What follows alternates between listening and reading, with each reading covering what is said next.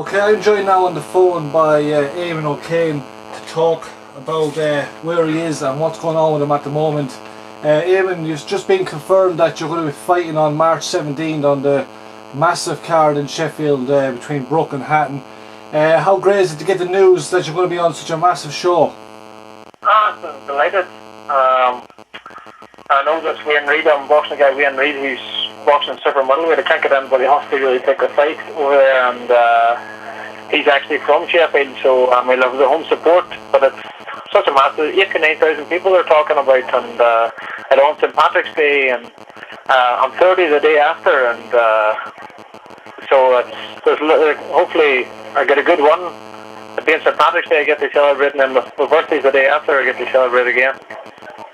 You just mentioned there your opponent, Wayne Reid. Do you know much about Wayne Reid? Or are you looking? I took a clip of him on the internet. I've seen obviously his record on BoxRec, but I've seen him in the prize fighter. I thought he was unlucky. He actually dropped the guy Joe Ainsworth in the last round, and he still got beaten points in a 3-round fight, which I can't understand. So I thought he deserved to get through the semi-finals, but he didn't make it. They also then fought Robin Reid. I haven't seen that fight, but I know Robin Reid dropped him in the fourth and stopped then shortly after that. So I know he can be hit, but then Robin Reid's a big hitter. So no, I would like to have a good performance against him on such a massive card. We Carl Frampton fighting on it, and obviously the chief balls, Kell Brook and Matthew Hatton. So I'd like to put on a good display in front of a good crowd. Just two questions.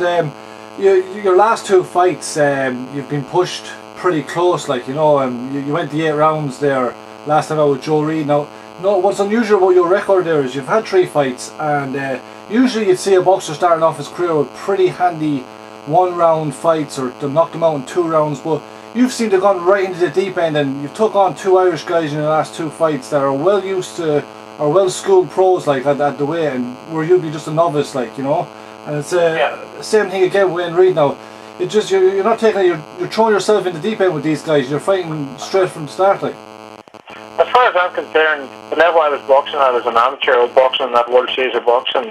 As far as boxing standards concerned, as high as the world rank and professional.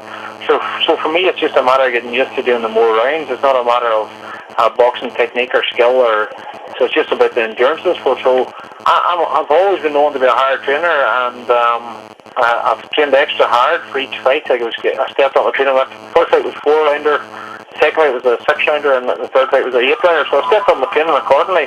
And this fight's an 8-rounder again, so obviously I'll be doing a 10-rounder or company titles or title eliminators and stuff like that there. So I'm fit enough, I'm ready enough. I've been doing the sparring, and I know I've got the quality to be mixing with the top boxer, so I'm not really scared of or worried about who's in front of me. I just want to get on there and put myself quickly and shot for a title. Now, in the lead up to this fight from March 17, you're in the UK. You're sparring. You're going from around gym to gym and that, getting a bit more experience. Barry McGuigan, Carl Frampton's manager, says that's something Carl Frampton does regularly, is travel around the UK, get sparring with different boxers. I suppose doing like that, you come against different styles. Is that pushing you a bit better as well? Definitely. You used to sparring the same boys in the gym week in, week out, and you become complacent.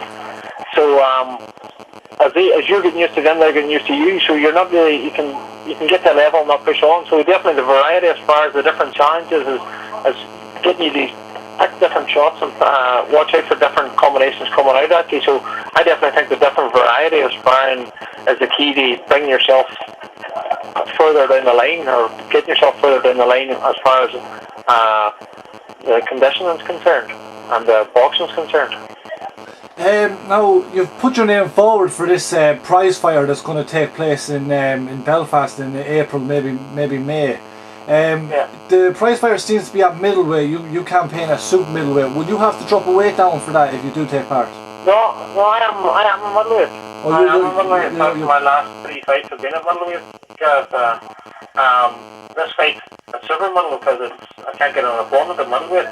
But I'm going to go in, and I'm weighing, and I've no problems making middleweight. I made middleweight 3 times. I made 72.7 over at which is was 11-6. Made that over the World Series 3 times, and was slightly above it for the 3 fights I had as a first pro fight. Middleweight is perfect for me. I see the other names about a lot of super middleweight. Look, I put the name in the hat, and it's them. The media's up with. No, middleweight's perfect for me. Also, like some of the names that have been mentioned, I'm sure you've seen the list yourself. Like Andy Fitzpatrick, Andy Fitzgerald, Joe Ray, Henry Coyle, Ryan Clark, and these guys. Is there anybody on the long list that you've probably seen yourself that you'd have a bit of beef with, or that you'd like to maybe come up against, or are you just not really looking at anyone like that at the moment? No, generally I don't try and get myself worked up about who I'm going to be boxing. There's definitely all them names you mentioned. They're all high, top quality boxers, and they need to be given respect. And I'd be a fool if I didn't give them respect. So I'm sure they'll be prepared 100% for this prize fight. As if it does go ahead and it is middleweight, and I will be on it, and they will be on it, then I'm sure they'll be 100% prepared as I intend to be.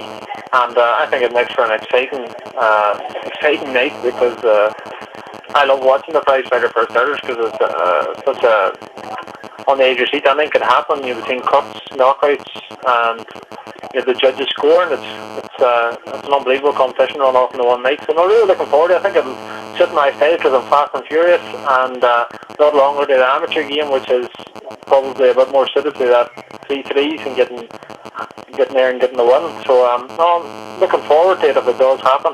Of course, can't look past the 17th of March, but no, if it's all going well on the 17th of March, and I'll push on to that prize fight if it happens. Just finally, I want to ask, so far you've had 3 pro fights since turning professional. Would you say you're happy with where you are at the moment, or would you like to be a bit more active, or what way are you doing?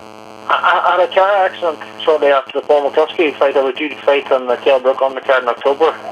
So that kept me back a bit. I rolled the Jeep a few times through a few telegraph poles, and left me a bit very achy and sore.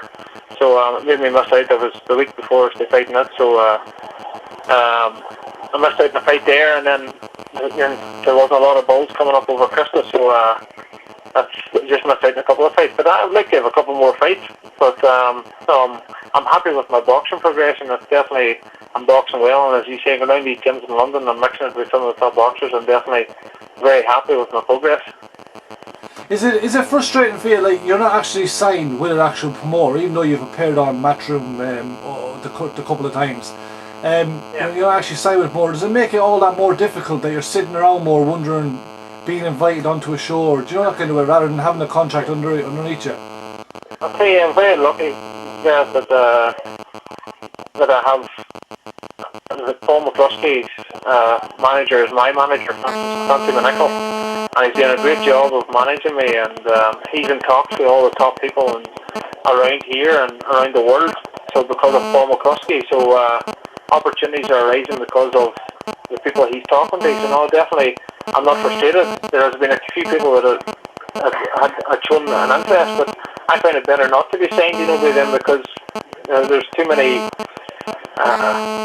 bad stories of things happening to fighters been signed in the past and not getting fights. And one of my best friends, Martin Lindsay, had a real nightmare with Frank Maloney, being signed to him. So I can see it, and I don't want to get in that position. So, and a lot of the top fighters, like I heard Steve Collins on ringside saying that the one thing that they regretted was being signed to a promoter early on. They wish they hadn't signed. So no, definitely, it doesn't frustrate me at all, and I'm happy that, like, I had three fights within 3 months, or very close to it there, my first 3 months as a professional. So no, if I just say that accident came at a bad time, but